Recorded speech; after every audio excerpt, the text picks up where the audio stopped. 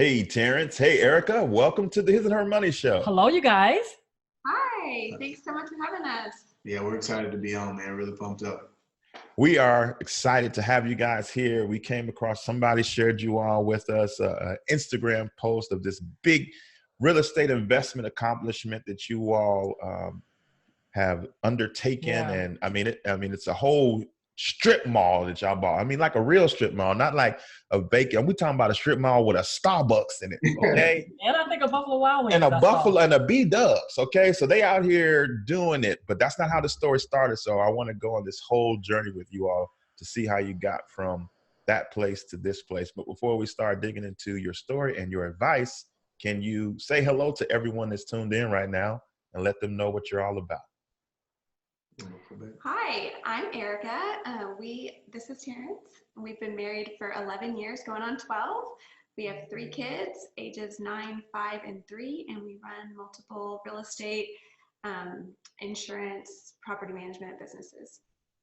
Yeah, and I think the biggest thing is our inspiration, or we never really put it out there for inspiration. My biggest reason for the post was just that I gave God the glory. And then some of my family members was like, hey, did you see that this post has been reshared in 24 hours, 350,000 times?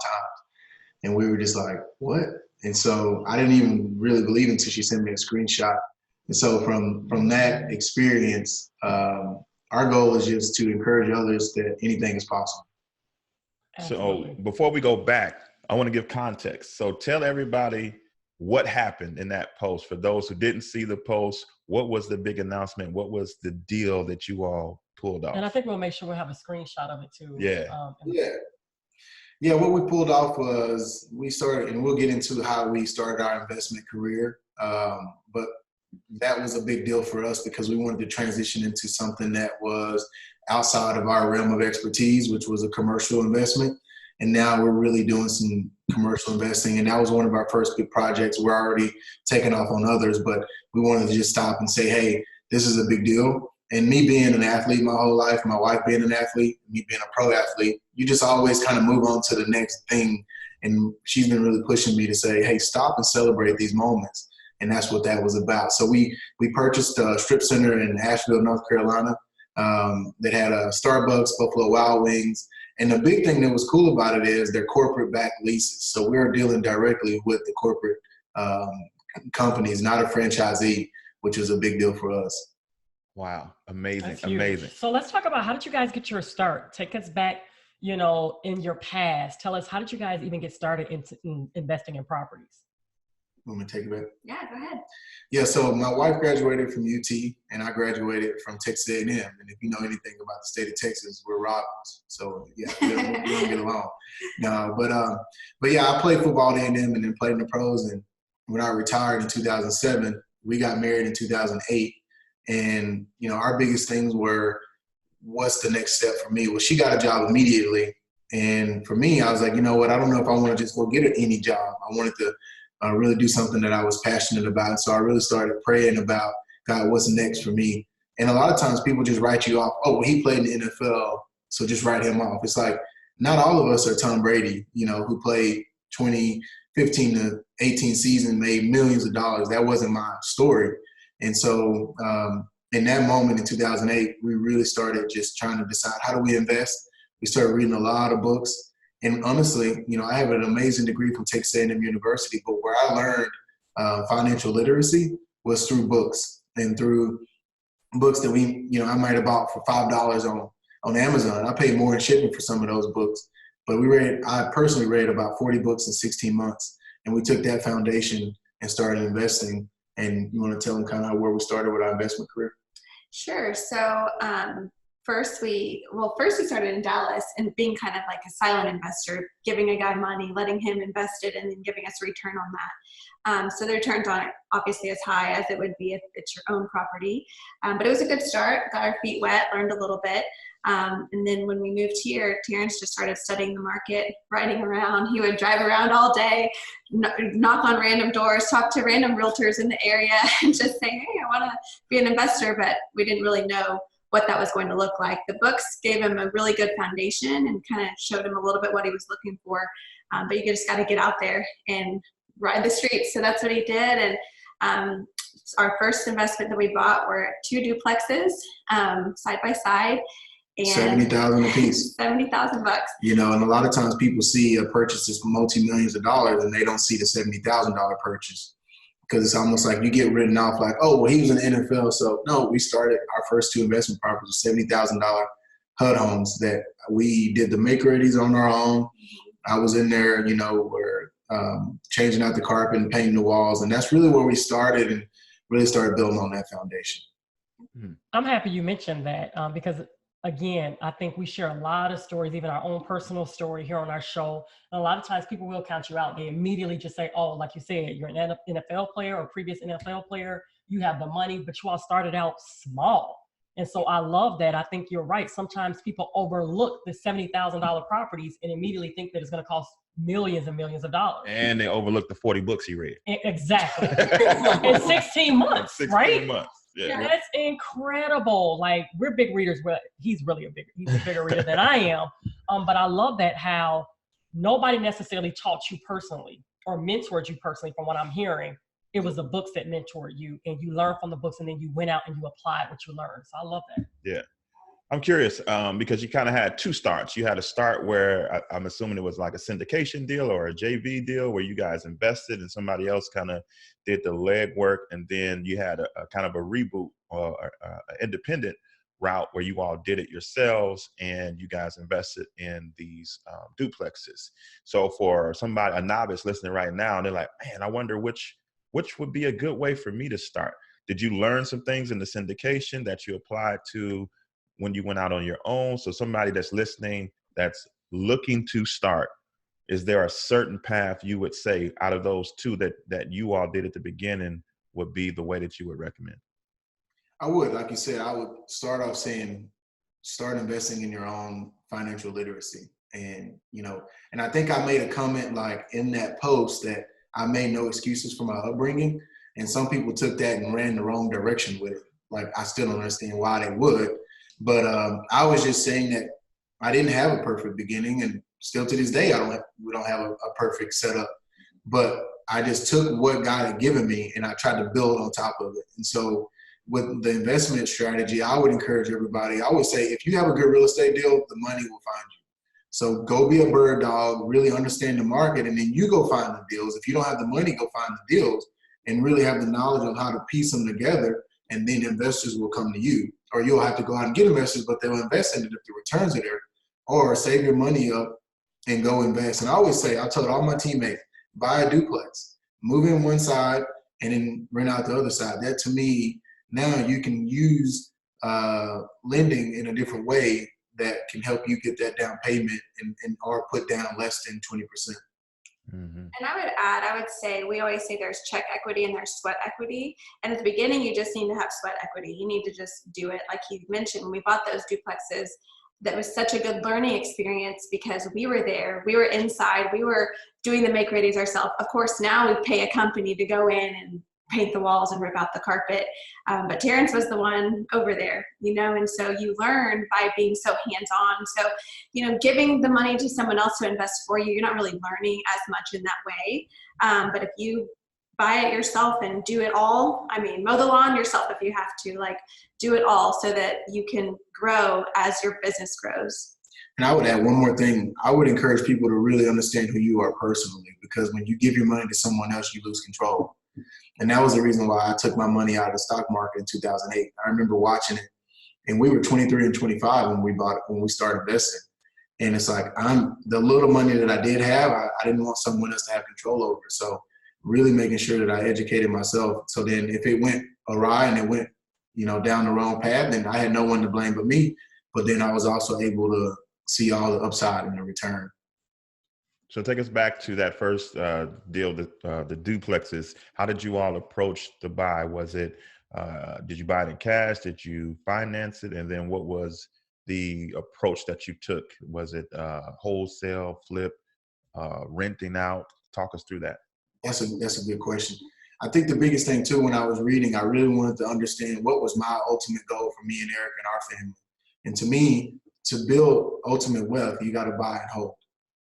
You can make money on flipping. You can make money on transitional stuff, and you see wholesale, and you see there's a lot of strategies there. But to me, if you see the people have done well, even Warren Buffett in stock, he buys and he holds. And so for us, we wanted to buy and hold, and we put down 20%. And we also focused on ROI, so return on our investment. How do you get a higher return? Well, obviously, if you pay cash, you can get a solid return, but your percentage of return goes down. But leveraging, so OPM, other people's money, which is the bank, it makes your return. So you're looking at an 18 to 22% return versus a 8 to 10% return that you would see if you pay cash. So that's kind of how we went into it. And then we really put together our parameters. What's our main focus? We wanted to be within a 1 mile radius of Texas A&M because it's a big university. And then we started focusing on how do we bring value to it. Well, it was equity plays as far as buying it, holding it, tearing it down. And so we started doing this whole tear down. We didn't even remodel. We did our first couple of remodels, and then we just started tearing them down and then getting density. So now if you had 4 lots, let's tear the property down, rezone it, and get 6 lots, and then build a brand new construction. So that's been our strategy for about 10 years, and we've been blessed to really have a good strategy there. So that is what we built on to really give us that confidence. Wow. So then what was the thing that made you guys see, I mean, because that's, especially with you all being new at that point in real estate investing, it's hard enough to figure out, buying and rehabbing and renting out. Like there's so many intricacies in that. And then you all said, you know what, we're going to make it even harder. We're going to tear these properties down. We're going to talk to government agencies, and we're going to get this lot rezoned. And then we're going to talk to construction companies, and we're going to build brand new properties. Like, I mean, those are really, really, really big undertakings early in the game. So how do we get there? How do we position ourselves to be able to be, one, knowledgeable enough to take on such undertakings? There are plenty of couples listening right now who are looking for ways to build wealth, and they're hearing your story and their wheels are turning. So how would you approach helping them get into the right mindset and position themselves financially to do these types of things? I would say you have to know what you don't know, and don't be afraid to build a team. Like, you need people smarter than you around you, right? So at the time we didn't have a real estate license. So we hired a really good realtor. You can try to do it all yourself and keep all the money, but if you don't know what you're doing, that's not going to go very far. So if you hire a good realtor, they can tell you, hey, this land might be able to be rezoned. Oh, what's that mean? Well, we might be able to take this from 2 lots to 3 lots. Oh, really? Because the realtor is going to know that type of information that the average person isn't going to know. The right realtor. Right. You got to build a good, strong team, not just the first person you meet or your friend that you just think knows what they're doing, but do your research and build a good team, a good financial person, CPA, or bookkeeper, a good attorney, a good realtor. You have to have people smarter than you around you in order to be successful. Yeah, and I would add to The Millionaire Mind is a book that I listen to on Audible. And a lot of times, if you look at 80 to 90% of those people who did those surveys, they didn't inherit their wealth. And so one of the attributes that it talks about in that book is they saw opportunity that other people didn't see. And so one of the things when I was a student athlete at Texas A&M, the soccer girls, my roommate on the football team dated a young lady on the soccer team, and they would always be complaining about sharing the bathrooms. And so I saw an opportunity there. So I came back and I said, so I'll give you an example. So there was a guy who was building these student houses. They were 4-bed, 3 baths. But it was probably about 5 miles away from campus. And I went to him. So one thing I would say, side note, is don't be afraid to ask people, because all they can say is no. And so I went to him and said, hey, can I buy your plans? I saw that you're leasing them out. He was building his brand new student houses, and he was leasing them for like $1,600 a month. So I bought his plan. He said, one thing you got to do is change it, make it your own. I don't want the same plan in town. So I changed the facade and I added a bath. So I started doing a 4-bed, 4-bath, 5-bed, 5-bath. And I put it close to campus, and we leased that house out for that same year, same floor plan. He was getting $1,600. We got $2,100. Man, we thought we took over the world because we got an extra $500 a month. Now, fast forward 10 years later, his same houses are now leasing for $1,300. And now that same house for us is leasing for $3,200, $3,300. So just of the location and that extra bath, the rent appreciated over those 10 years. So it's just those little nuances of finding where can you bring value and where can you be first? Because the hardest part is being first, because you're the one taking the risk. People thought we were crazy when we were tearing these houses down, but now this town is blown up and everybody's trying to do it. Wow. Talk about, you mentioned, both of you guys mentioned finding the right team. How do you find the right team? I think a lot of times what keeps people stuck is because they don't have the right team, right? And maybe they gave it a try, but it was not as successful. So how do you find your right team? Do you ask as a word of mouth? Are you looking online? Are there certain Facebook groups that you join? How do you find the right team? I'm talking about everything from the CPA to the real estate agent. Yeah. So what I did is I started building one relationship at a time. And the one thing that I did is I rode around and saw projects that were being done. And I would just get out and walk out on the construction site. Hey, who's the builder? Who's the realtor? You know, who designed this? And I just start asking questions because I see, obviously, they're in a location that I want to be and they're doing something I want to do. And then I had pretty much homemade business cards. They weren't even real business cards. And I would hand them to them and say, can I take them to lunch? So you got to be willing to invest that time. And who's going to turn you down for a lunch, right? Hey, can I take you to lunch? Can I buy you lunch? Just an hour of your time. And then you start building those relationships and you start trying to figure out who the players are. Because in every town, I can move to y'all's town and within 6 months, I would know who all the players are and who I need to be talking to. Where are the deals being funneled? Because one of the things I realized is every time I would call a realtor sign, by the time I called them, it was already under contract. So I'm like, man, like, how are we ever going to get in if we don't get an opportunity? And I felt like we were being locked out. And so most people would have stopped right there.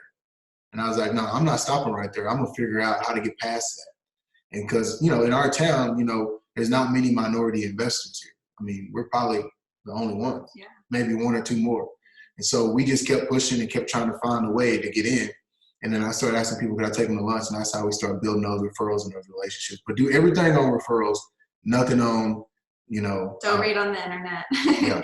People can put whatever they want there, right? Yeah. So, yeah, Terrence is really good at, we'll go eat at Chick-fil-A. He says, is the owner here? And he just wants to meet him. It doesn't matter, car dealership. And so he's really good at meeting people. And then he asks the right questions. Who's your CPA? Might be Chick-fil-A, but if they're doing great, then they probably have a good financial person in their corner, you know. So you might not ask them who their realtor is, but you can at least ask them who their CPA is. And then, follow people who have done what you want to do. And so if you see someone doing the development that you aspire to do, call them, go find them. They might turn you down, but don't be afraid to put yourself out there. Yeah, not everybody welcomed me reaching out to them. You know, most of them were like, oh, you know, kind of play to the side, and that's okay. And then one of the things we started doing is, over time, we started replacing people on our team. Mm-hmm. So where we had a realtor, and then we got our realtor license. We had a property management company, but they were not doing it to the level in which we wanted it done, so we started managing them ourselves. We had a design team. I started designing them on my own. We had a builder and a contractor. I started building them on my own. So it is over time, but we couldn't take all that on it. But now we do everything in-house. We don't have, really, our team is all in one building. Mm-hmm. Wow. I love that. I love that. But we learned from them first. So we took the good nuggets of what they did do for us, and then took the bad. I love that. On that, and then have slowly, one piece at a time, replaced each of those people. Yeah, because we have our broker's license now. We have our insurance license. And we just kind of start building a little bit at a time. And so we always tell people, look, we need you to do it this way. And over time, if you can't, then we just let them know, like, at some point we may have to go in a different direction. And that different direction is us creating our own team. And I like that direction because I feel like it's growing your own company. It's called, the right? proper term is called vertical integration. Yeah, I love it. I love it because I feel like you get to keep majority of the money now, right? It's really just circulating amongst your different entities. I love that. Love it. I want to go back to something that you said earlier, Terrence. You said back in 2008, you took all your money out the stock market and you put a focus on investing in real estate.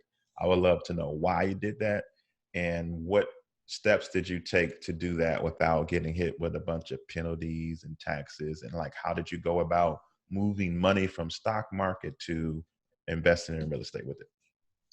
Yeah, one of the sayings you'll hear is people say, burn the bridge. Burn the boat, I'm sorry. Burn the bridge or boat. Once you come across, there is no retreat. There is no going back. And that was the decision that I had to make at that time. And I remember calling my financial advisor and saying, dude, you got to get my money out of the market. And he's like, we got to stay in it long term. You know, it'll come back. I'm like, man, I'm 25. My wife's 23. No, like, because we don't have a fallback plan. Like, we don't have parents that we can call and get money from. Like, if something goes awry, we got to look in the mirror and we got to figure it out. And so that night he said, well, what are you going to do? And I said, give me 7 days. And that conversation changed my life. Because I told Erica, as soon as I hung up the phone, I said, let's go to Barnes & Noble. And we went in there with a grocery basket. And I started buying any books that I could buy that were on sale and that were in the kind of the bin that no one wanted. But it was a financial book. It was real estate. It was entity structuring. It was franchising. I was looking at the whole conglomerate. And then within 7 days, the book that really changed my life was Who Took My Money by Robert Kiyosaki. Everybody talks about Rich Dad, Poor Dad, but Who Took My Money was the one for me. Because just the topic, who took my money? And so I read that in like 5 days, and I called him back and I said, this is what I want to do. I want to do, you know, real estate investing. But he was like, well, you have no idea what you're doing. Once again, that's a pain point for most people. They have people in their life that they trust that speaks down to them as soon as they try to introduce a new vision or idea. Well, you don't know what you're doing. Well, most people stop there. I don't. When people tell me I can't do something or I have no ability to do it, I just believe in my heart what God has put in me and I keep pushing. So that's when I decided to do it. And we took some penalty, but I was willing to do that because, like I told Erica, if my money's going to be lost, I need to lose on my own education. Because here's the cool thing about it. When you make the mistakes yourself, they won't happen again. But if someone else makes the mistakes, they learn on your dime and then they move on to the next client. So now those situations that happen, we now have the education. So we pay for our own education. And that's why we're able to build on top of that education day after day. Oh man, I love all of that. Talk to us about how you guys, because you all are self-employed doing this, and we can even go back to the beginning, you know, when you all were first doing this. How did you all, like, in your mind or even on spreadsheets, say, this is how much we're going to allocate toward investing in real estate? And then, you know, as rent comes in, this is how much we bring home. This is how much goes into the next deal. Like, talk to us that are thinking about jumping into the game, but we want to make sure that we do it right. So, you know, money going out, money coming in, and we make sure that we're doing this properly. I would say my focus was more not even on those percentages. It was more on going back to the book, Robert Kiyosaki. He says, you have to have a career, right? So you personally have to have a career, but then your money has to have a career. And really focusing on that first before I even get into the percentages. So I got to make sure that whether I'm a teacher or a coach or a nurse or I'm mowing lawns, whatever I'm doing, that income stream is secure. And then from that, there's a percentage. People usually say 15 to 20% you put back to start investing. So you put it back for an investment, you know, like some type of pool. But I'm more focused on get that first line of income secure and then start building the revenue streams. Because I would say each rental house is a revenue stream. And I think we own 55 rental houses now. Wow. And then we're building other commercial developments and stuff now. But as far as our rental portfolio, I think we're at about 240, 250 beds that we own. But that's that. But to kind of rewind, I would more focus on securing my income stream and then now seeing this as just another income stream. And a lot of times people don't see it as that. So talk about your process. How did you guys build on top of each other? So you started with 2 duplexes side by side. How did you go to the next property and then the next one and then the next one? Were you guys selling some? And then how did you not over leverage yourself? Mm-hmm. We always focused on, baby, No, you're great. Yeah. I'm good. Yeah. We always just focused on, so our strategy was when most people try to put them on 20-year, 30-year notes because they're trying to keep the cash flow, right? So there's more monthly cash flow the longer the note is. For us, we said, we want to change this to more of a, we're creating like a stream where we're not really focused on the cash flow. We're trying to pay down the notes and build equity. Because if we can build equity faster, then that gives us an opportunity to either refi down the road or we can just have them paid off and now it's a cash on cash return. So for us, we mainly just focused on that. But remember, she was teaching in the beginning, so she was a teacher. And then I ended up getting my real estate license, which over time started creating some income. So we took those natural income streams and started investing into real estate. Well, and like he said, like you have to have a career and your money has to have a career, right? So we never, ever, ever took money out of our cash flow from our houses to live on. We just put it back into the business, back into the home. You know, if we needed to pay an extra note or do whatever, or just build up the reserves in the account, we never lived on that money. That was totally separate from our going to work every single day and making money. So our money was what we lived on. The houses are what, you know, they just took care of themselves and then allowed us to be able to buy more and more and more. Mm-hmm. Love it. I love it. Let your money have a career of its own. I love that. Mm-hmm. I wanted to ask about, and I just lost my thought as I started talking. You want me to ask a question? Why did I just say? Okay, 3, 2, 1. You got it. Oh, I thought you were going to say, okay, 3, sorry. 2, 1. So let's talk about how you guys eventually purchased this strip retail mall. Like, I think that's huge. And I think that is something very commendable, honestly, something that we're very, very inspired by. So how did you guys even start that conversation? How did you do it? You want to go? You want me to go? Go ahead. I think the biggest thing with that is it's the same thing when I hire agents at TM5 at our brokerage. I tell them day one, I want to know what their vision board is, because you got to know why you're getting up. And for me, that was a goal I set. But see, what people don't realize is I've been studying it for 18 months before we got one under contract. Like, it didn't happen overnight. Like, I guarantee you, if LoopNet ranked the top users, I would be in the top 1%. How much time I'm on there studying it and researching it.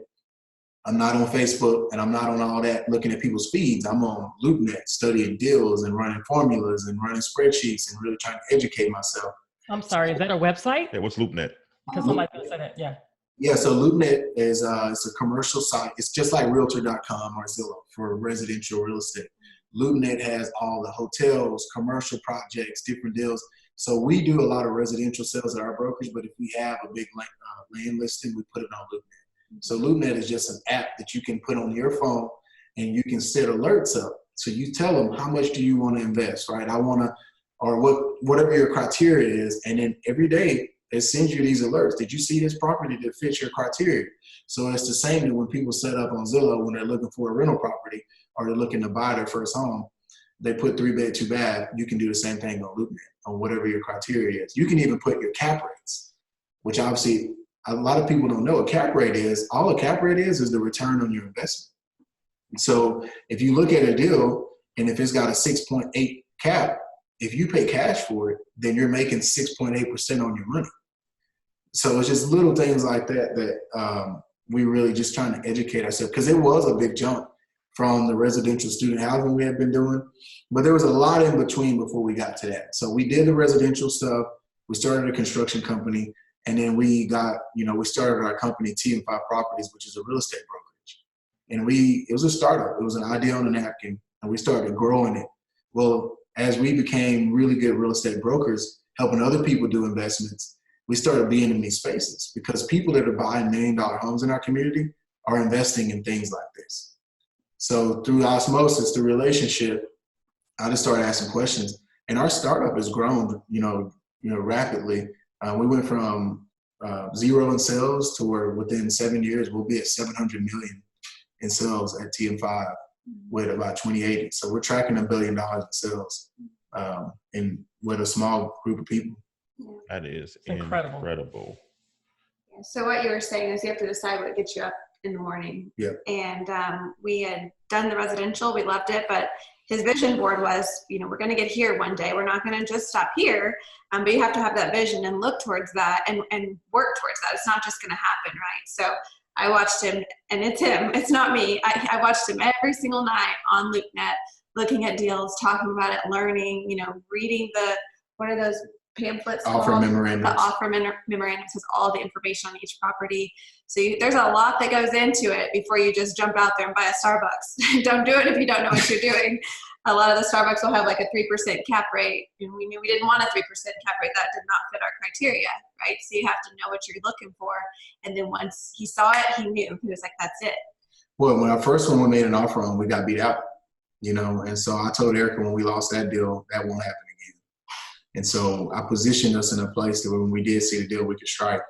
But I think, really understanding what you want, because like I said, we could have brought in some partners and helped invest in this deal, but we decided we didn't want partners. We wanted to do it ourselves. And so we deal with a lot of stuff, like even when we showed up, people are like, what do you need? It's like, well, we actually own the building, and they're looking at us like, you? And so we deal with that, but we don't really trip on that. We use it as motivation. And I think a lot of times, once again, I want to encourage all the listeners, those things are going to happen when you're trying to increase. Any level you try to go to, that next level, there's going to be a ceiling. There's going to be people trying to prejudge you and put you in a box, but you just got to push through that. We always say if you don't have haters, you're doing something wrong, right?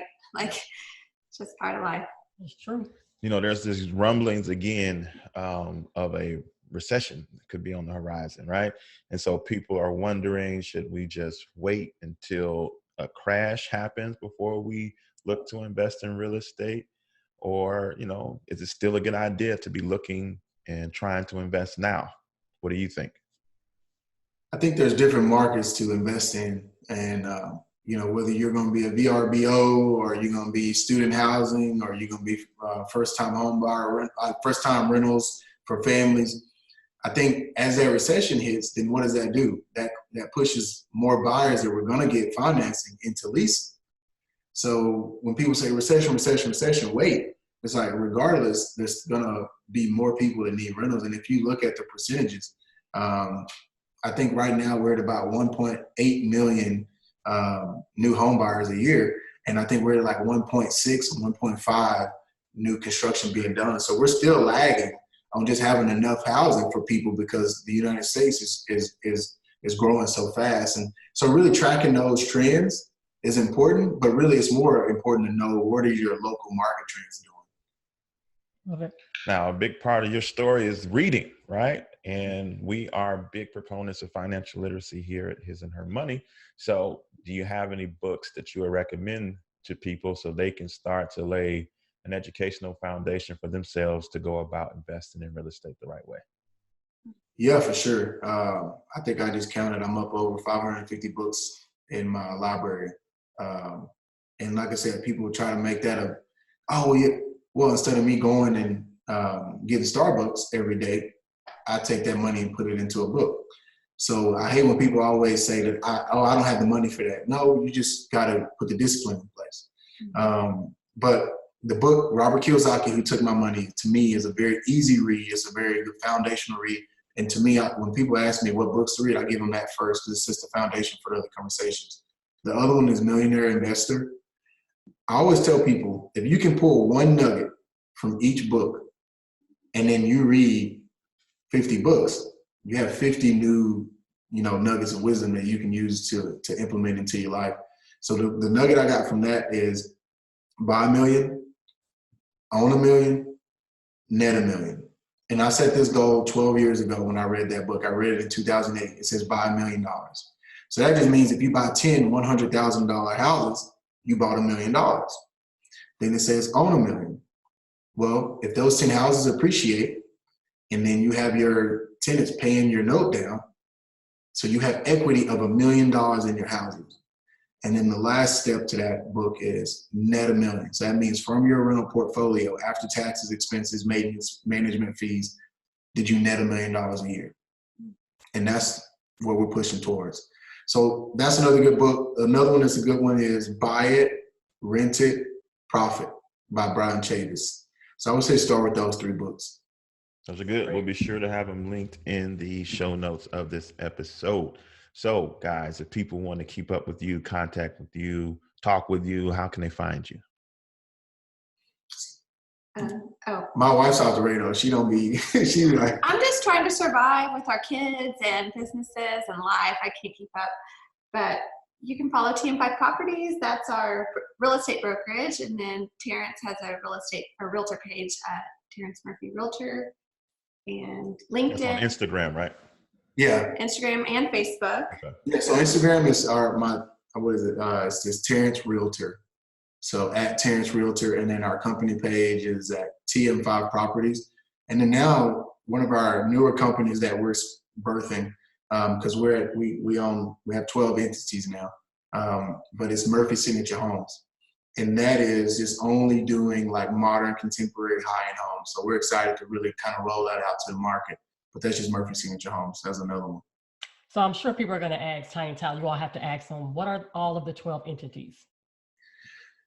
Man, we may be here for a minute. So we have 5 rental holding companies, so that hold our rental properties, because you shouldn't have them all. And well, depending on how many you have, again, build a good team, talk to your attorneys and your CPA. But we have 5 rental holding companies.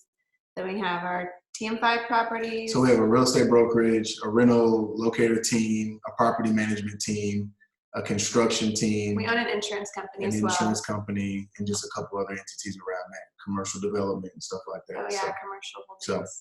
Yeah. Awesome. I just love it. And they own it. They own it. They the boss. I love it.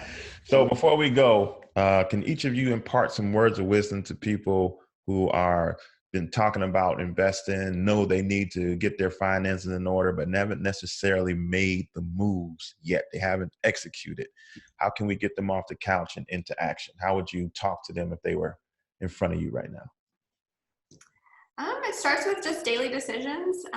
Just start small. You can't go take over the world at one day at a time, but make a decision that you're going to do X, Y, and Z and put a plan in place. So might just start with waking up early and going to bed on time. And, we call ourselves boring because we, for a long time, had no weekend life. We worked all weekend, 7 days a week.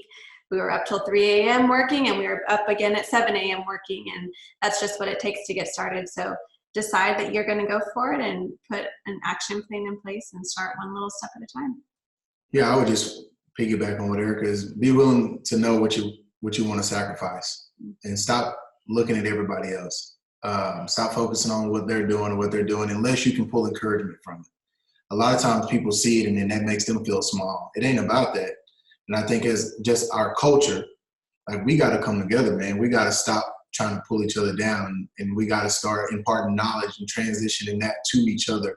And that's one of the biggest things I really try to educate myself on, is who are we as people, and really understanding how do we get to this point, because I grew up, and I said a little bit on the post, and people just went off on a tangent with the wrong direction.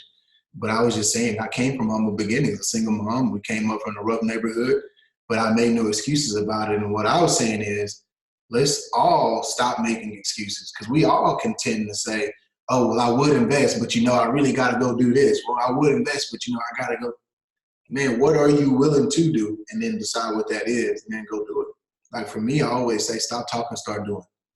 And then if you're not going to do it, then stop talking. Quit, you don't need to be on Instagram trying to comment on everybody else's post about what they are doing. If you ain't doing nothing, like, just follow in the shadows. So that's the one thing I hate about social media. And that's why I'm always like, well, hey, let's go to lunch. Let's talk about it. Because people are they're not going to say all that face to face, because now you actually got to communicate. You can't wait 30 minutes and then try to respond. So my encouragement would be is stop talking, start doing, and then be willing to know what you're going to sacrifice. Awesome. We appreciate you guys making time out of your schedule to share your story and your wisdom with us today. We really appreciate it. Thank you both. Thanks for having us. God bless y'all. We'll connect soon.